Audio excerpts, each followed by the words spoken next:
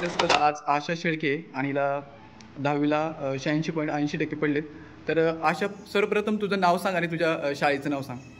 माझं नाव आशा गिनीश शेळके आणि माझ्या शाळेचं नाव शासकीय माध्यमिक आश्रम शाळांचे नाव. तर तुला एवढे चांगले टक्के पडले 86.80%.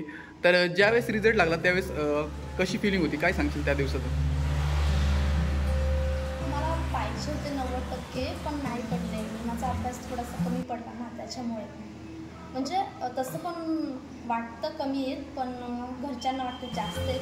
कारण माझे तर म्हणजे मी जसा अभ्यास केला होता तसे माझे नाही पडले.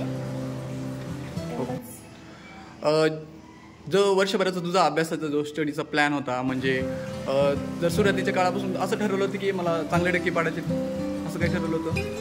हो, अगोदर ठरवलं होतं, पण तेव्हा अभ्यासात मनच लागत नव्हतं.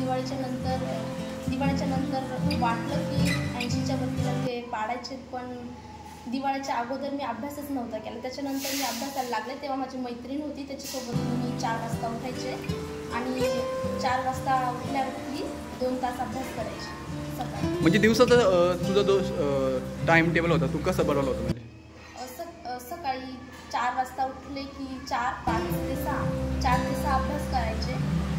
त्याच्यानंतर आंघोळ वगैरे झाल्यावरती फ्रेश झाल्यावरती त्याच्यानंतर पुन्हा 1 तास अभ्यास करायचे. नाश्ता झाल्यावरती शाळा असायची आणि त्याच्यानंतर शाळेच्या नंतर पुन्हा 2 तास अभ्यास करायचे. पडले तर घरच्यांची प्रतिक्रिया कशी होती, काय सांगशील त्यांच्याबद्दल? घरच्यांची इच्छा होती की 90% पाडायचे, पण ते नाही पडले. तरी घरच्यांचा प्लॅन आहे की चांगला कॉलेजला ॲडमिशन घ्यावं आणि जरी 10वीत जास्त नाही टक्के पडले तरी 12वीत जास्त टक्के पाडावे. तर अशा तुझा जो वर्षाचा टाइम टेबल होता तू कसं फॉलो केला, म्हणजे काय सांगशील त्याबद्दल? जे जास्त अवघड विषय आहेत त्यांना जास्त वेळ दिला आणि जे जास्त अवघड नाहीत त्यांना कमी वेळ दिला. म्हणजे गणिताला जास्त वेळ दिला आणि इंग्लिशला जास्त वेळ दिला. बाकीच्यांना थोडाच वेळ दिला. बाकीच्यांना 1-1 तासच ठीक होता. तसं तुला अवघड जाणारा विषय असा कोणता होता? गणित अवघड होता. ॲक्च्युली अशा प्रत्येक मुलगा हा सोशल मीडियाच्या आहारी जातो, तर त्याबद्दल काय सांगशील तू? हॉस्टेलमध्ये तुम्ही आहे, पण मी बघायला जात नव्हते आणि फोन यूजच करून देत नव्हते. त्याच्यामुळे मी गाईडमधूनच अभ्यास करते. तर अशा तू जे वर्षभर पेपरचा सराव असतो तो सराव कसं केला, म्हणजे काय सांगशील त्याबद्दल? प्रत्येक विषयाचे 5-5 मी क्वेश्चन पेपर SSC बोर्डाचे सोडवले होते आणि बाहेर ते म्हणजे शाळेत असतात नाही का, टेस्ट घेतात ते पण सोडवले होते बारकोडवर. पेपरला सुरुवात झाली त्यावेळेस पहिला पेपर, दुसरा पेपर, म्हणजे पेपर कसे जात होते, काय सांगशील? पेपर हॉलमध्ये बसल्यानंतर पेपरमध्ये पहिल्यांदा बसले तेव्हा खूप भीती वाटली. तेव्हा वाटत होतं की पास होईल किंवा नाही, काहीच कळत नव्हतं. पण जेव्हा नंतर पेपर दिल्यानंतर म्हणजे बोर्डाच्या क्लासमध्ये आमचेच सर आले ना, त्याच्यामुळे एवढी काही भीती नव्हती वाटली. त्याच्यानंतर छान गेले पेपर सगळेच. तू अभ्यासाचं प्लॅन कसं करतं, म्हणजे पाठांतर करायची की प्रत्येक विषय हा समजून घ्यायची, काय करायची? नाही, सगळंच पाठांतर होणं अशक्य आहे ना. त्याच्यामुळे मी जेवढं सांगेल ना तेवढं रिटर्न लिहून काढायचे. जेवढं मला जेवढं कळलं आहे ना तेवढं मी पेजवरती रिटर्न लिहून काढायचे आणि जे मेन पॉईंट आहेत ना ते पण सराव करायचे. नोट्स काढून घ्यायचे. तुझं काय मत आहे, क्लास लावला पाहिजे की क्लास न लावता पण आपण सेल्फ स्टडी करून पण चांगल्या पद्धतीने अभ्यास करून चांगले टक्के पाडू शकतो, काय वाटतं तुला? म्हणजे चांगला अभ्यास केला, मन लावून जर केला तर होतं. तसं क्लास लावलं पाहिजे असं काही नाही आहे. मी पण नव्हते क्लास लावले, पण माझी अपेक्षा होती की 90% पडायला पाहिजे, पण ते नाही पडलं. ठीक.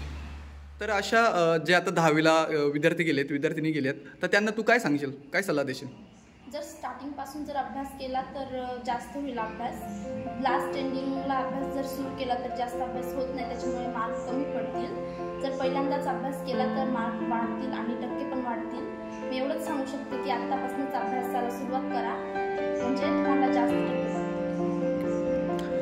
तू असे बुक्स वगैरे, म्हणजे अपेक्षित वगैरे असं काय, म्हणजे कशातून अभ्यास केला, काय सांगशील त्याबद्दल? मी अपेक्षितातून अभ्यास केला आणि गाईड पण होते गणिताची.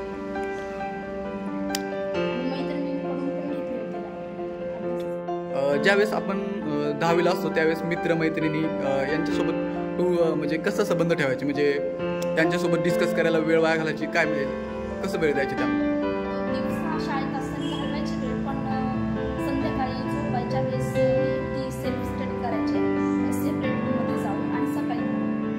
तर आशा तुला एवढे चांगले टक्के पडले तर काय काय प्लॅन आहे आता 11वीला कोणती साईड घेणार आहे? 11वीला मी आर्ट घेणार. हां तर म्हणजे भविष्यात काय नियोजन म्हणजे काय काय करायचं तुझं असं वाटतं? भविष्यात MPSC आणि UPSC द्यायचे, त्याच्यातून मला IAS अधिकारी व्हायचे. हां का खूप चांगलं ध्येय आहे तुझं, बेस्ट ऑफ. अशा पूर्ण वर्षभरामध्ये तुला असं काय वाटलं की माझी एक चूक झाली, ही चूक प्रत्येक विद्यार्थ्याने ही चूक सुधारली पाहिजे असं काय वाटतं तुला? जेव्हा 9वीची परीक्षा झाली ना त्याच्यानंतर मी अभ्यासच नाही केला, मे महिन्यात पण नाही केला. तेव्हा जर अभ्यास केला असता